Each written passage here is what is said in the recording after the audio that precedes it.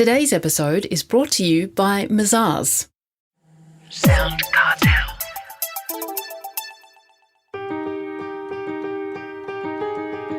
From SoundCartel, I'm Nicole Goodman, and this is Business Essentials Daily.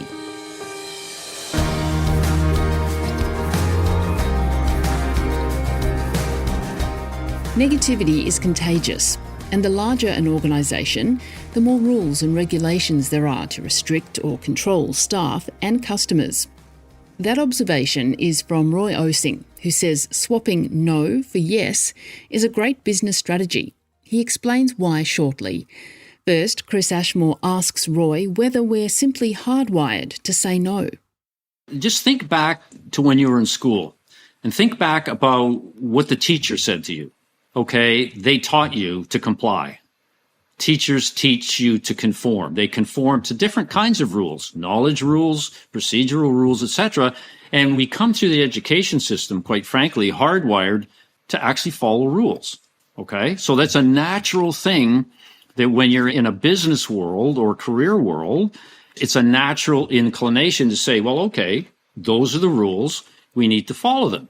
Moreover, right, you're rewarded if you follow them, and you're punished if you don't. Forget about school. Now you're in business, and you're still practicing that behavior, and it's being reinforced by the notion that says, okay, hey, Roy's a good rule follower. I think we're going to give him an extra kind of like tick on his report card. But oh no, he's not. So he's going to be punished.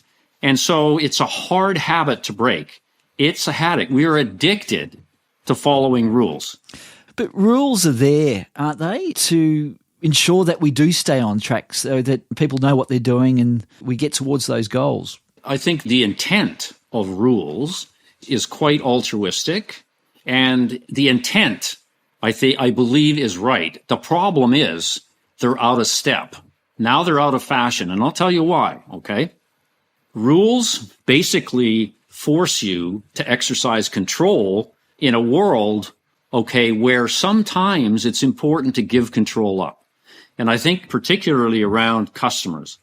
Okay, when you have a customer, you're enforcing a rule, right, that subjugates them to something they don't want, they will react against it. They go tell their friends and colleagues how crummy you are, how unfriendly you are, how uncaring you are, and that generally, a lot of times, they decide to leave you if they have a choice. And so the difference is, whereas the rule system starts out with the objective of creating harmony and goodness, okay, it gets eroded because the world and the power of customers and the power of competition is kind of eating away at that. And if a business stays with that, then they're going to be suffering. They're going to be suffering a lot in the marketplace. Look you can have 100 people that you're trying to, and generally rules are made for the masses, not for individuals. So the individual ends up getting punished by a rule intended for 1 million people.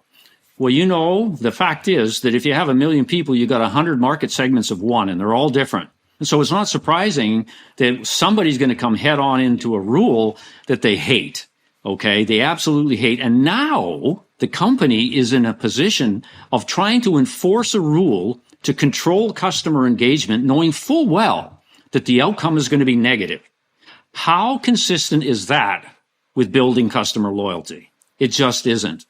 What organizations fail to realize these days is one of the basic objectives. You need to make it easy for people to do business with you. And one of the biggest factors in the make it easy equation is your set of rules and procedures, right? And policies. That internal set of control mechanisms determines more about product, more about loyalty than a lot of products and services do. And the reason for that is the product is what people get. The rule causes them to feel a certain way, right? So the emotional element of the application of what I call a dumb rule, a rule doesn't make any sense to a customer. The application of that is absolutely destructive to an organization.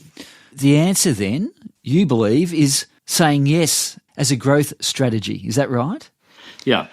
You need to have a culture that's leaning into saying yes, okay? And I chose those words specifically, leaning in to say yes, okay? And that says we need a rule system and a policy system in our organizations that allows people to say yes more often than not.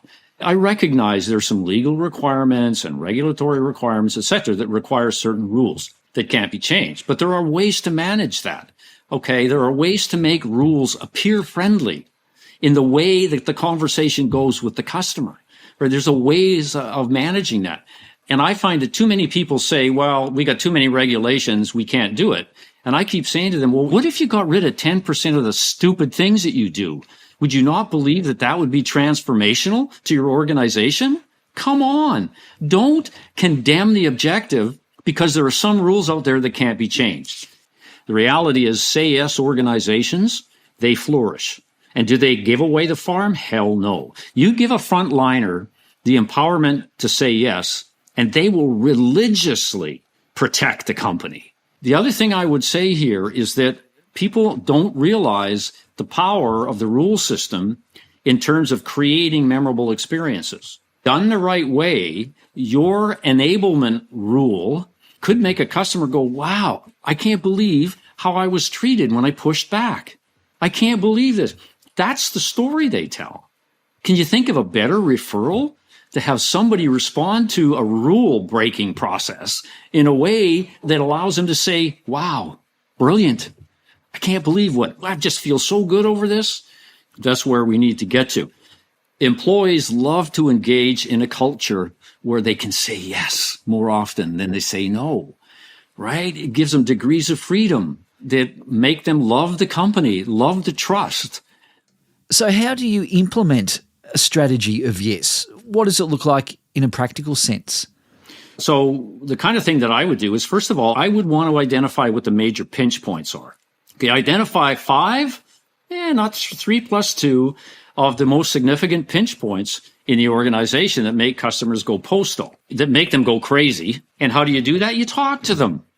Come on, this is not rocket science. What kind of rules and policies do we have that really annoy you, Mr. and Ms. or Ms. customer? What is it? So spend some time on that and sort of cull that down to, a manageable. What are the top 10 pinch points? By the way, they love to get engaged.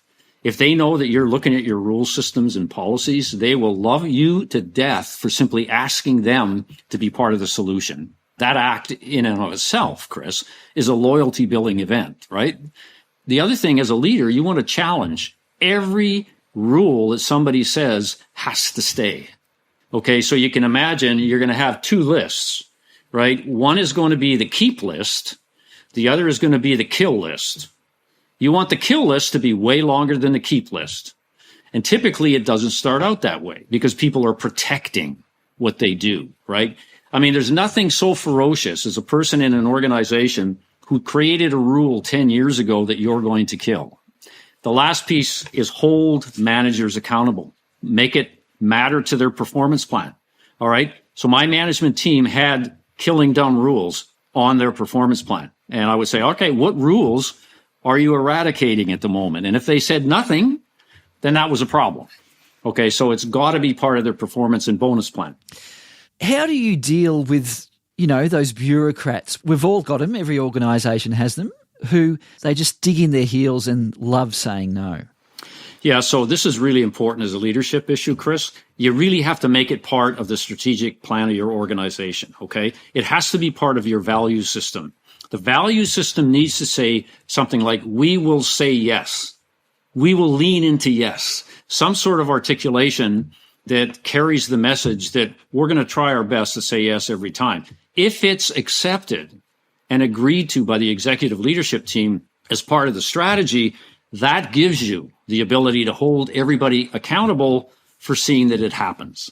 That will, by definition, weed out the bureaucrats because they will no longer be on target in terms of their performance. They will be doing things that are outside of the strategic plan, giving their boss the ability to call them on it. That's the only thing you can do. And sometimes what I discovered is some people don't like that environment and they self-select themselves out. They don't want to be part of that environment, which is okay too. But at the end of the day, and this is interesting because very few organizations treat the rule system as a strategic asset. And yet it is. Go get rid of a dumb rule. Enjoy, right? The euphoria in your organization when people see you do something like this because they've been telling you for a long time and they've wanted to see the stupidity erased. And use that language. Admit that we do stupid things. How can you expect yourself to be perfect in a world that's changing so fast? So give yourself permission to be an idiot on some things, because the beneficiaries of you being an idiot in this area is your business and your employees. That's worth it. That was entrepreneur Roy Osing.